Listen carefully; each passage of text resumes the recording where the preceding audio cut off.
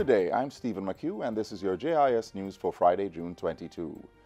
Gender Affairs Minister Olivia Grange has announced that the Sexual Harassment Bill will soon be tabled in Parliament.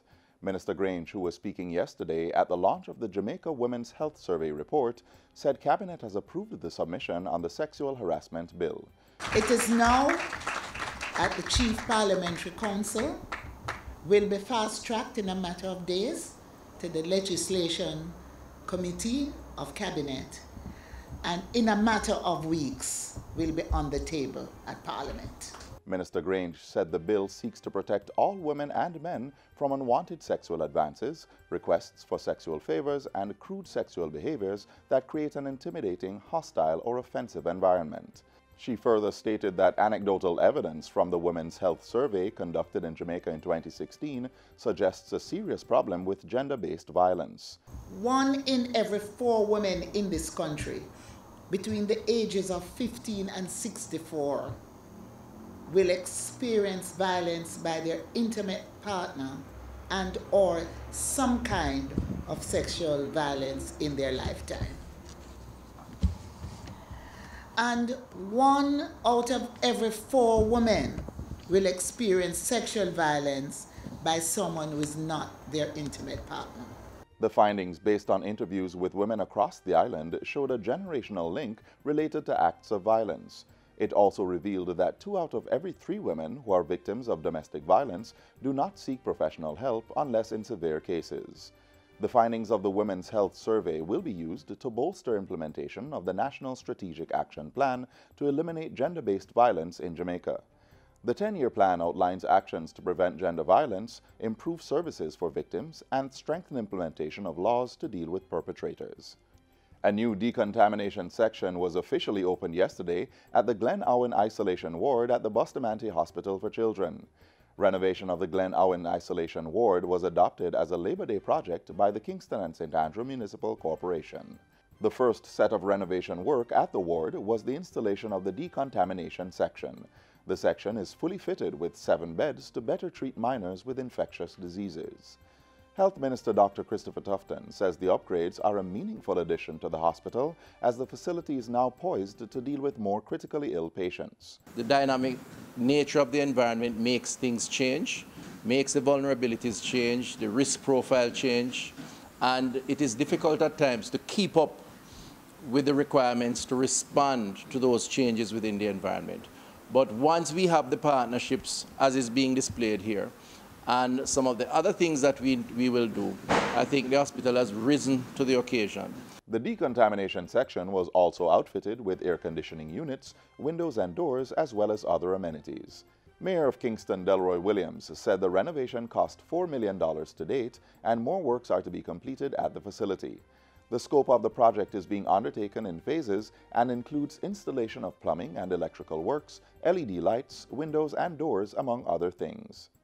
The information of 15 Jamaicans identified as victims of the Windrush scandal has been submitted to the British High Commission. Foreign Affairs Minister Kamina Johnson-Smith, during a press briefing at her office on Tuesday, said the documents were submitted on June 18. That information is either in respect of the persons themselves or next of kin, depending on how it is that they make contact. Most of them are in rural Jamaica, and several of them don't actually use internet or are uncomfortable with mobile phones, etc. So you may be contacting them through a neighbor or otherwise.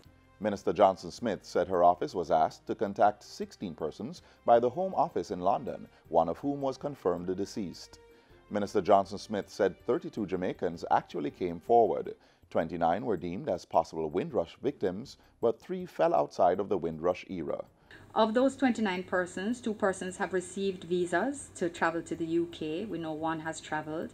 We have also been advised that 2 are currently receiving attention. They've received their case numbers. We continue to monitor the situation and to be in contact with the others who have not yet had a process finalized. Minister Johnson-Smith said following last month's meeting of the Commonwealth Heads of Government in London, the Home Office Secretary has since announced a call for evidence as a starting point in establishing a compensation scheme. Bogwalk High in St. Catherine is now the Enid Bennett High School. The school was renamed on Tuesday in honor of the late former state minister who was instrumental in its establishment. Education Minister Royal Reid hailed Bennett as an exceptional servant of the people who had an outstanding community service record. The minister also pledged funds towards improving the school. We are committing an additional $20 million per year for the next 3 years towards the capital development of this institution. Make sure that this institution, in honor of Enid Bennett, becomes a world-class institution. Funds and land for the school's construction were secured under the New Deal in Education project in the 1970s. The project also saw the construction of Tatius Golding High and Lucky Valley Primary Schools, both in St. Catherine. Students of the Immaculate Conception High School are to benefit from a new $76 million classroom block. Ground was broken on Tuesday for 5 classrooms and 4 technology labs at the institution. The project, slated for completion in early 2019, is a partnership between the Ministry of Education and the institution's Homeschool Association. Education Minister Royal Reid lauded the project as the classrooms will provide more space for students advancing to grade 13 at the institution. We are now moving from just few having access beyond grade 11 to everybody getting access beyond grade 11 to grade 13, so that we have a population that is highly skilled, highly trained, certified. So not only will it add to the local productivity on one hand, but equally we'll be able to attract higher quality of investments into Jamaica. And finally, sole proprietors and companies are being encouraged to make use of the Companies Office of Jamaica's electronic business registration form when formalizing their businesses. The electronic business registration form represents the Caribbean's first online business registration system designed to create a process that is easier and less time-consuming for clients. Persons who do not have internet access may utilize kiosks installed at several tax offices across the island. Once you get accustomed, it will be easy to use. It will save you time and money because you no longer have to come to COJ. Speaking at a JIS think tank on Wednesday, the chief executive officer said the $35 million project is part of an Inter-American Development Bank-funded public sector efficiency program. The project is currently in its pilot phase. It is expected that once fully rolled out, Jamaica will improve its ranking for business registration on the World Bank's Doing Business report. And that's it for JIS News Today. I'm Stephen McHugh. Thanks for watching.